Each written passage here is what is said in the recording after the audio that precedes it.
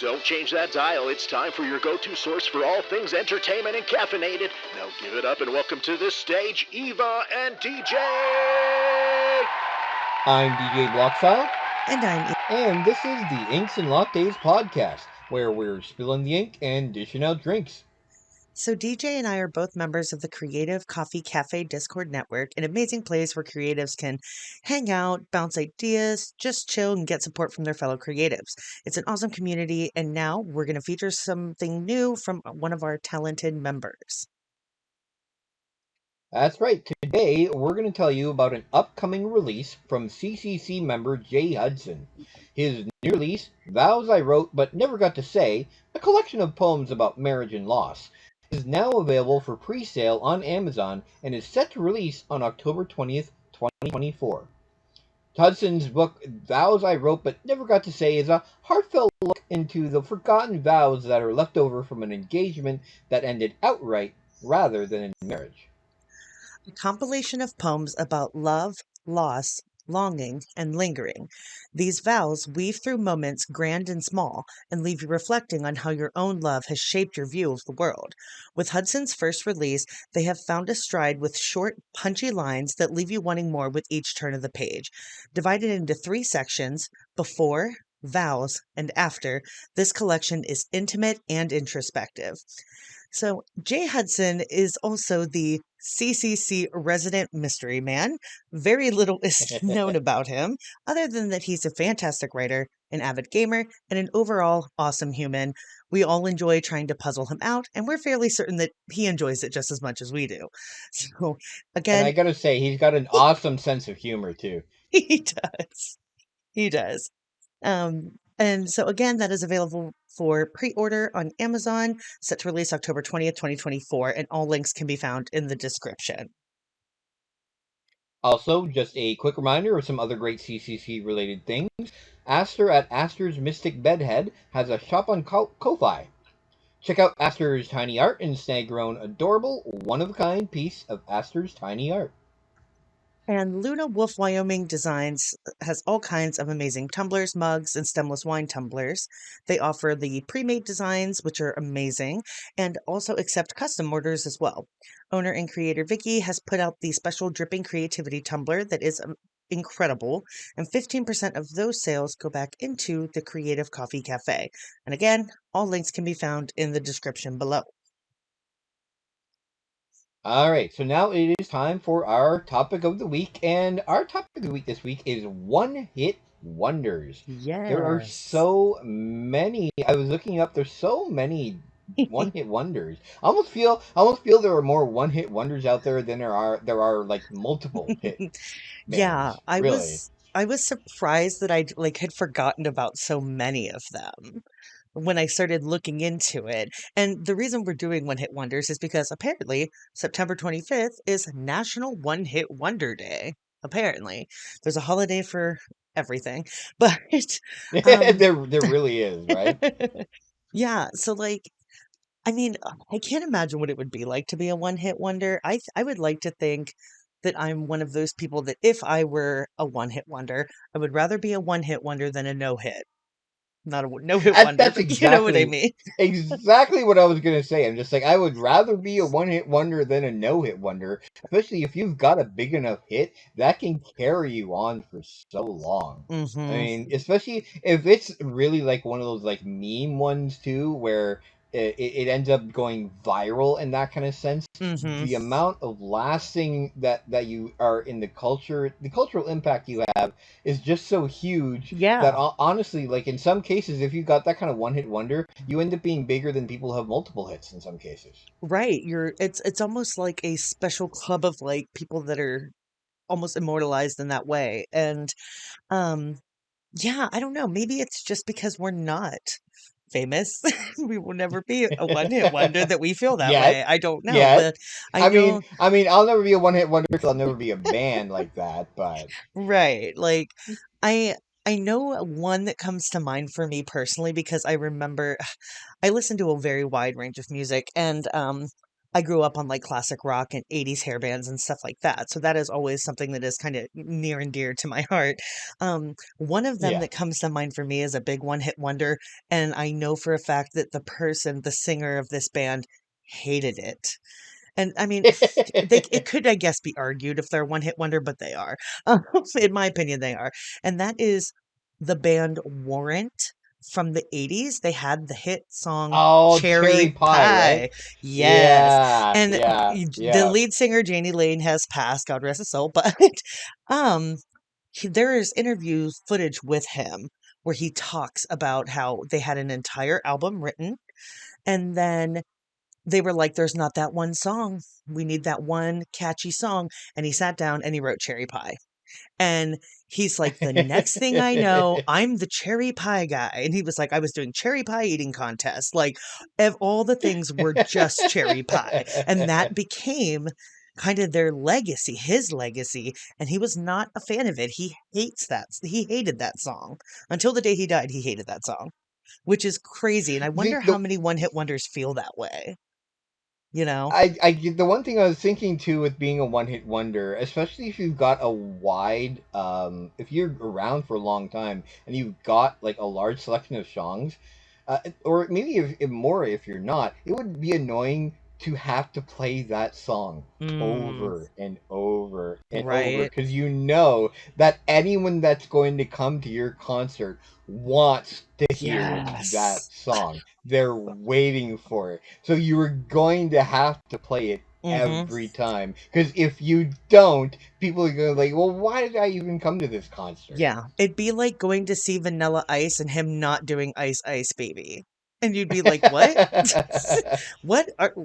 It's your claim to fame. Like, see, why would you not do it?" see, And I'm that's sure where like it's that's where it goes back to the meme song, where it's almost like a meme song, and like it's just yeah, they are synonymous hmm with that song, and they just became a huge cultural thing that you can't not do. It'd be like Lou Bega with Mambo Number 5. Yeah, Like there's no yes. one's going to see Lou Bega for any reason other than listening to Mambo Number 5. Right? And it's one of those things where it's like, it's not that the others probably aren't good. You know what I mean? Because they got to Yeah, have something. And like, it's just I don't know. It's I don't know what it is. I don't know if some of it is with one hit wonders, that song, generally speaking, that song gets played non-stop. And part of me wonders if that's part of the problem with one hit wonders. You know what I mean? Is that that song just becomes so huge, so fast that like there's no way they can top it. There's no way that they can make it that they can hit that like yeah. level again. I think this goes back to like if you compare it to when we did the cult classics, right? Where Mhm. I think a lot of these songs, and almost like a definition of one hit wonders, is where that song kind of takes a life of its own. Where Mhm. maybe there because there's some where some one hit wonders where they started off and they were kind of like they didn't get a great kind of like applause at first, but then or ones that were a hit but they weren't like a huge hit, but then they just ended up getting this cult classic following of people just like, oh yeah, I really Mhm. love that, and it became bigger because of that, and not even like at first, but like later on, right? And it just becomes Mhm. this one that it has that lasting. I think the one hit wonders are the songs that have the lasting power. Yep. Where, because there's some bands that probably would have like a really big like number one or number two hit, but you never remember it because it doesn't end up having that Mhm. lasting power that people remember. And then there's ones that end up like where they're a hit. They're maybe like top 40, but they're not like top 10 or top 5. But they have the lasting power that you remember it 20, Mhm. 30 years down the line, and that one becomes the one song the band becomes synonymous with because that's just the one song everyone remembers. Right. And like I said, it's one of those things where it's like they're obviously probably very talented and it can't just be that they're not good, like they're not good enough. Yeah, One that comes to mind that I love this song, I never even thought about the fact that they're a one-hit wonder, and I think that's a lot of it too, is when I started looking, I was like, shit, I forgot about them. I forgot about this person. I forgot about this band. And that's the weird thing about one hit wonders is I feel like that happens all the time with them where we just forget like yeah. Semisonic from their song Closing Time. Oh, Closing Time. Yeah, Oh, yep. it's such a good song. It's such a good song. It's like people can't help but sing along to that song. And I have never, ever, ever heard another song by Semisonic. I Not was just one. gonna say, I literally have absolutely no idea about any other Yeah. songs And by that it band. can happen to anyone too, because another good example is, and these are a lot of 90s bands, the Wallflowers had the song One Oh, Headlight. yep, Amazing song, and yep. that is Bob Dylan's son's band. So, like, his dad is Oh, Bob Dylan, really? I and he's did not still a know that. one-hit wonder. Yeah, lead singer of the Wallflowers is Bob Dylan's son, who was obviously hugely famous and an amazing singer-songwriter, as is his son. But, like, that song, One Headlight, is just so freaking good. And I've never heard It another just song by resonated that with band. people, right? Yeah, I've Yeah. never heard another song And by him. But here's another thing. I was actually, it's funny. I was looking at I was looking at the band that you're going to use for your pick, Mm-hmm. and another band had a hit pretty much almost at the exact same time. Mm-hmm. And I remember, I'm like, really? They're a one hit wonder? Hoobastank. Yes. And And which, see, but that it's funny though, because I never would consider them a one hit wonder. Like, technically speaking, if you're looking at it from a pop angle, mm-hmm. then yes, Hoobastank is a one hit wonder. But if you're Right. looking at it from a rock angle, they Mm-hmm. were definitely not a one hit wonder. They had a Yeah. lot of Because hits they on the had, rock stations back in the day. yeah, and I Well, they guess had their fit Crawling in the Dark was their first big hit, and The Reason and was then another one I remember. yeah, and well, the reason was their hit. That was their one hit wonder. Oh, That's the one that went. That's the one that went to the pop charts, and that's what right. technically. So as far as pop music is concerned, and like top 40 is concerned, Hoobastank, it would Mm-hmm. be a one hit wonder. But if you're into like rock music, you look at the rock charts, and they had several hits. Like I said, they had "Crawling in the Dark" was their big one. Oh, "Running Away" was another Mm-hmm. one that That ended is a up good big. song. Yep. And then Same Direction was another top 20 hit on the alternative rock charts. Yeah. So sometimes being a one hit wonder depends on Yeah. how big you're looking at it too, and depends on the Mm-hmm. genre in that kind of sense. Yeah, and I think that's a good transition to go into our pick of the week, because Yep. that is a perfect example of a band that is technically considered a one-hit wonder but shouldn't be. And that is our pick of the week this week. So bands that are one-hit wonders, bands, artists, whatever. We went with bands that are considered one-hit wonders but should not have been, in our opinion. Do you want to go first? You want me to go first? You know what? You go first. Go ahead. Okay. Okay, first of Because all, I kind of led into you doing that kind of thing, so we'll go into your one that came around the same time hmm as Hoobastank. and they are one of my all-time favorite bands to this day. This is my era I of have to say music. they are one of my favorites too. This is They like, are, yeah. yeah, this is like the kind of music I throw on when I'm getting nostalgic. Is this era of music, 2007s, 8s, right around that time. My Yep. pick is Yellowcard. Now, if you think about Yellowcard and you're not a huge fan of theirs like I am, you probably only know one song, and that is Ocean Avenue. That it was like a summer anthem that came out that people loved. It was all over the radio. It was a huge hit, especially for that type of band, because those kind of bands were really, really popular on like an indie level back at that time. Like, that was when that stuff was really like kicking off. And I'm so happy I like was, growing up in my like late teen, like formative years during that time, because I love it. But all of those amazing bands, like, they were all around that time, and Yellowcard is such a great band, and they did something that nobody else did at the time, in a way nobody else did, and their big, like, extra little bit of magic that they had that made them stand apart was that violin in their band. The violin, oh yeah. It's so good. I love it. It made them different, right? Mhm. It added a different element that gave them that unique kind of sound, Yep. right? So And they had just it was a regular punk rock band, but it was a mhm. regular punk rock band with the violin. Yeah. I almost think like if I almost kind of sad in a way where I wish that that had become more of a thing. And so Yes. like you know how like you had like ska is like punk with Right. brass instruments. I was Mm-hmm. hoping that Yellowcard would go the same way and make a new genre that would Right. become huge, where it's like punk band with violin. Right. And they have so many great songs. I could sit here and list so many Yellowcard songs that are so great. And their singer is one of those singers that has a very distinct voice. I can hear a song by Yellowcard that I've never heard before. Like if they came out with a new song tomorrow, I would be like, that's Yellowcard. I don't need to even be told. Yeah. I know that singer's voice and it is Yellowcard. He's very distinctive. And like Ocean Avenue, View from Heaven, all the different songs, Breathing is a great song. Oh, I love that That album Ocean so Avenue, much. the Ocean Avenue, oh, yeah, the Ocean Avenue album, Oh, I listened to that all yep. the time Every song when is that good. came out. And I mean, it probably helped for me that that was around a time where I was actually really starting to listen to a lot of rock music. Mm-hmm. So it was one of my formative bands as far as my musical taste is concerned. And but that was one of those albums where I could listen to the entire album Yes. straight through, no problem, no skips, wouldn't want to skip anything at all. I Mm-hmm. don't know how many times. It sucks we didn't have things like Spotify back then because I'd be able to tell a little bit more maybe how often it was like it would be one of those bands would be like, you listen to Yellowcard. Yep. You're in the top 0.01% of Yellowcard fans kind of thing. Yeah, that's me with Ghost, by the way.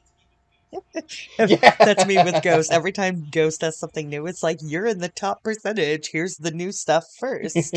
And I'm like, oh, thank you. That's me with what I wanted to go with my picks. I wanted to go with Chumbawamba, but I'm just like I've already talked about Chumbawamba before because they are definitely a For sure. one-hit wonder. For sure. Like they had a huge massive hit and then they just dropped off because they Disappeared. wanted to. Yeah, they completely They disappeared. wanted to. They didn't care. Yeah. They didn't even want that big hit, but it became a hit and they just kind of get off it. But anyway, going back to Yellowcard for you. Oh no, you're fine. But yeah, that's my pick. It's a band that I feel like does not deserve to be a one-hit wonder. They are amazingly talented. They've put out a couple albums, I think, since then. They're just a great band. And like even just looking at that album in general, so many of those songs should have been hits, but I think a lot of the problem with them was that the market that they were in at the time was super overly saturated. It's almost Oh, like it was the so it's almost saturated. the equivalent. I'm just going to say this and then I'll let you go. I'm so sorry. It's almost the equivalent of like glam hair bands in the 80s is what that genre was to the early Yeah, 2000s. that pop punk sound was very Mm-hmm. much like Pop punk very into like oversaturated in the screamo, 2000s. into like the emo screamo, that whole Yeah, subgenre of yeah. like that kind of music was so overly saturated. And I think that's why so many bands from that era are considered one hit wonders because it was just there were so many. They were almost a dime a dozen. And Yellowcard, in my opinion, deserved to stand out. So yeah, that's my pick. You guys should listen to some Yellowcard after you do this, after you listen to this and get all I the will add one Yellowcard. more thing actually about Yellowcard too, because I'm looking at the charts here, and Hmm. technically speaking, so again, this goes back to what I was speaking with Hoobastank. So if you're looking at the pop charts, sure, they like because they then their Ocean Avenue actually went to number 13 on the U.S. pop charts. Right. Their next one, Only One, went to number I 28. love that So song. it wasn't that bad, but it didn't have the cultural resonance, of course, of Right. Ocean Avenue. But if you look at if you actually look at the U.S. alternative rock charts, Right. Ocean Avenue went to 21. Only One, their next one, went to 15, and their next one, Lights and Sounds, went to number 4 on Yeah. the alternative rock charts. Right. So technically speaking, as far as if you're looking at the alt rock chart span, they were not a one hit wonder. And it goes Right. back to again, like there's so many of us that we listen to Yellowcard and that kind of sound, and if you loved that sound in particular, they Hmm. were not a one hit wonder. But if Exactly. you're talking about a broad general audience, then Yep. yes, I mean culturally speaking, the only one that really ended up having impact was Ocean Avenue. So I Right. guess if you look at one hit wonders in a cultural aspect, then yeah, definitely would count for that. Yeah, for sure. So that was my pick. What is your pick? My pick, and I realized I was actually just going through earlier today, and because I'm just like, yeah, I gotta do my pick, and I'm just like, what was, and then as soon as I got to this band, I'm like, oh yeah, AWOLNATION. Yes. Everyone knows AWOLNATION for their one big hit song, Sail. Mm-hmm. Everyone knows. And I was actually reading about the route the song sailed too. And actually, it's kind of unique in that it wasn't a hit when it first came out, actually. In fact, it fell off the top 100 hot charts for a while before apparently like some shows and some ads started using it in like their ads and their shows because it was kind of like, hey, it's a nice song to use for it, and it started to pick up steam again, and it actually ended up charting higher 2 years after it first came out. Oh, wow. That's It crazy. actually it actually has the unique. It's the only song that has been in that it was on the top 100 hot charts for more than a year. Like basically, I think it was the only song that's actually reached the top 20 in the charts after a year of being on the charts. Wow. So it was on the charts for over a year before it finally hit the top Oh, 20. wow. Yeah, I had no idea. And I think it goes back to like what I was talking before, where it's that yeah, it's one of those ones where it has that cultural impact. It had that cult classic kind of thing, right? Right. And I guess one thing that there was someone that had made an unofficial music video that ended up actually kicking it back up in interest. It's almost like one of the more older viral hits. If you think about it in that way, for an actual song in that kind of sense, where it became a huge viral hit, and that ended up making it explode to become an actual hit. Because everyone just loved it, it became a huge everyone, and so now they Right. are defined by that song, "Sail." So they are definitely a Mm-hmm. one-hit wonder. But and to me, actually, it was a one-hit wonder for a while. I never really knew, and then they had their album, "Here Come the Runts" came out, and it Mm-hmm. came out, and I'm just like, and this was in Spotify was a thing too, so I'm just like, it came out, and I'm just like, oh, I'll listen to this album. I fell in love with that album, and I'm sure like it's maybe not, obviously they're not everyone's cup of tea. To me, I like it because they're very much like, it's funny because the sale has kind of like a slow kind of like sale, and then a kind of slow plotting, but a lot of their songs are actually Mm-hmm. much more fast paced and driving, and that's actually like almost my kind of Right. favorite kind of music, is songs that have that driving beat to it that really just, it picks up, it keeps chugging along, it keeps going, and you can kind of just tap it along to it. And so like their title track for that album, "Here Come the Runts,"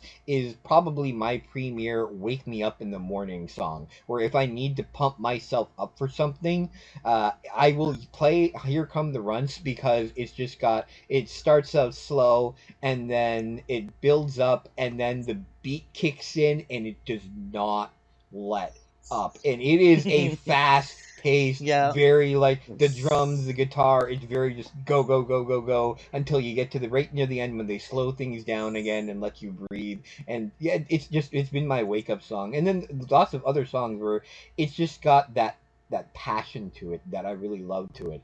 And so, and then even they had another album come just recently too, and there's a couple of songs on that I really love.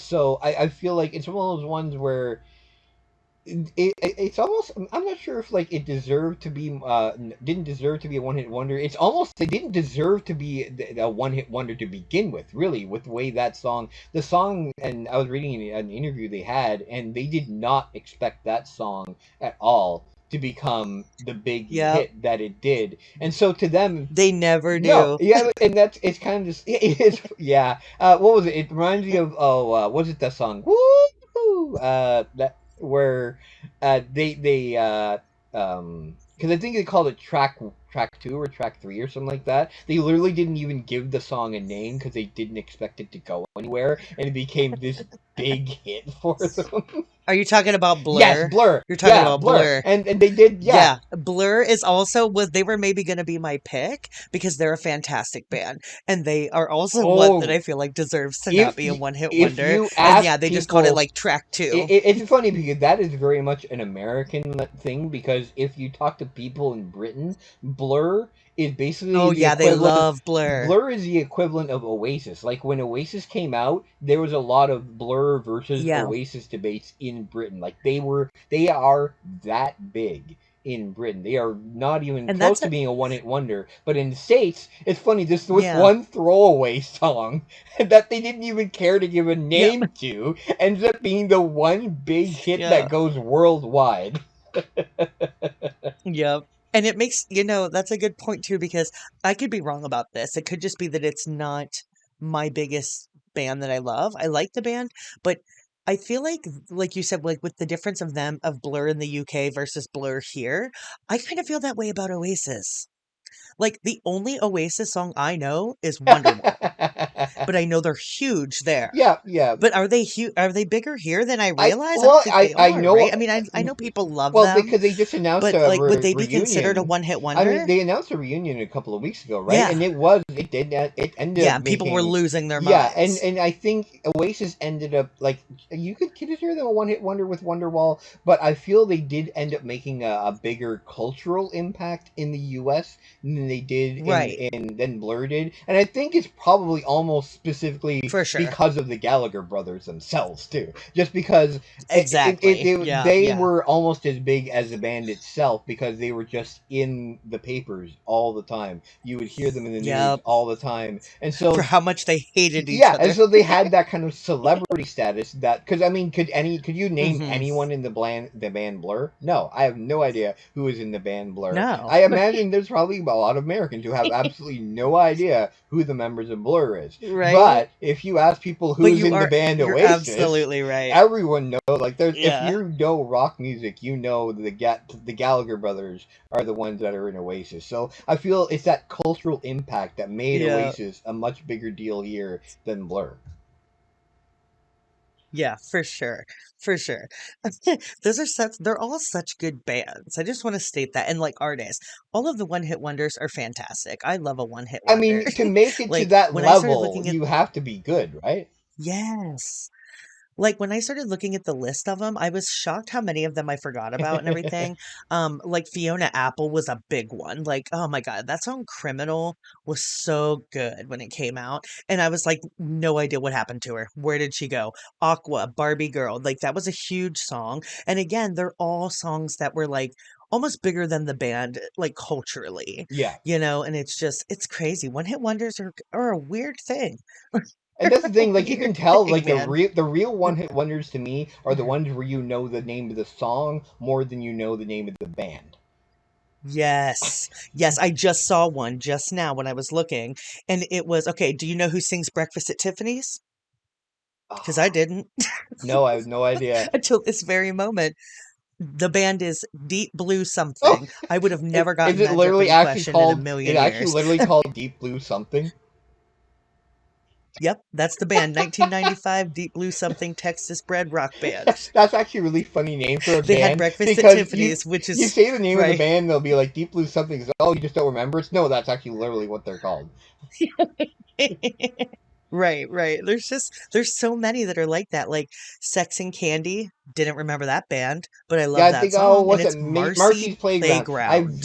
vaguely I did remember that. Yes. Or How Bizarre. Remember that one '90s hit? And I had no idea it was by a Oh, I band love called that song. OMC. Apparently, I had no clue. Yeah.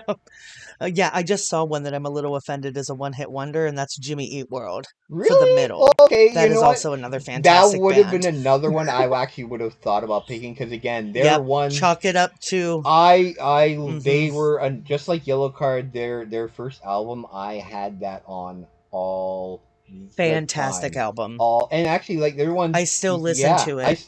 I love but again, same kind of style as Yellowcard, right? Like that pop punk kind of sound. So I feel Yep. like again, I think it goes back to your Yeah, and point where a lot of those pop punk bands would have that one big hit and then just never reach that height again. Yeah, that band is fantastic. Like, that entire album, which is an amazing album, right? Um, that like the song "The Sweetness," that is such a great song. And I can't even go into Jimmy Eat World because I love them so much. But they had recorded that entire album in their garage You know what? by As you themselves. think about That the sweetness, they were one of the first big bands that did that and yeah. actually like did something like good. And that was like one of the first times that people were like, "Oh, we don't need a record label. What? We can just do this?" Is that Like legal? Jimmy Eat World is a perfect example of that. And you know what? Yeah. Actually, thinking about it, I'm not sure if I would actually label Jimmy Eat World as a one-hit wonder, because I know. even a I song know. I like wouldn't, the but they're on the sweetness. You list. know what? I still don't think I would count. Mhm. I think they're wrong in this case, because the sweetness is still Mhm. very much like if people love the Mm. song "The Sweetness," That it song is. comes on and you just want to sing with And it. It and is I so feel there good. are still a lot of people out there that know that song in particular too. So For sure. yeah, so I And maybe feel that's just because it's our era, it DJ. could Maybe be, it's our yeah. era of Well, people. yeah, but still, I mean, like that Maybe it's because all when. of us loved it. But at the same time, like, and you're right. There are some cases where we look back, be like, okay, maybe it wasn't as big as we thought, but no, Sweetness ended up going to number two on the charts. Well, although Mm, I guess, okay, you know I what, love that song. actually, no, I guess not, because the middle went to number five on the U.S. pop charts. Sweetness only went to Mm, 75. So I guess it goes back to, that's if you're looking crazy. at it in a cultural, sure, everyone knows the middle, but the Sweetness is much more of a Hmm. specifically rock hit in that kind of Yeah. sense. Yeah. And I just saw one more that I wanted to touch on really quickly because I feel like you would love this song too. Um, Godier featuring Oh, Kimbra, somebody that I used to know. now That he's just song an is artist that good. we used to know. The irony hurts so much because Now I he's somebody fucking that we love that used band. to know. I I love love him. that song. Oh my god! You know what? And if you haven't listened to that album, it's I was gonna amazing. That say, album is I've heard fantastic. other people say that a lot of his other stuff is actually fantastic. So you know what? Thinking about it, I It should actually take a is. look at that album. Maybe I'll go through it this week while I'm on my way to school, and kind You of just should. like, you know what? I gotta listen to me some Gautier, because I want to know this guy that we used to know. Yeah. I still to this day will see he's one of those artists that like people still know him for that song. And if you're ever on Instagram, it pops up all the time, those accounts that are like musicians where they take out the music and it's just the vocal track playing and it's just to showcase like amazing vocals. That song is done all the time because Godier and Kimbra are both amazing in that Yep. song.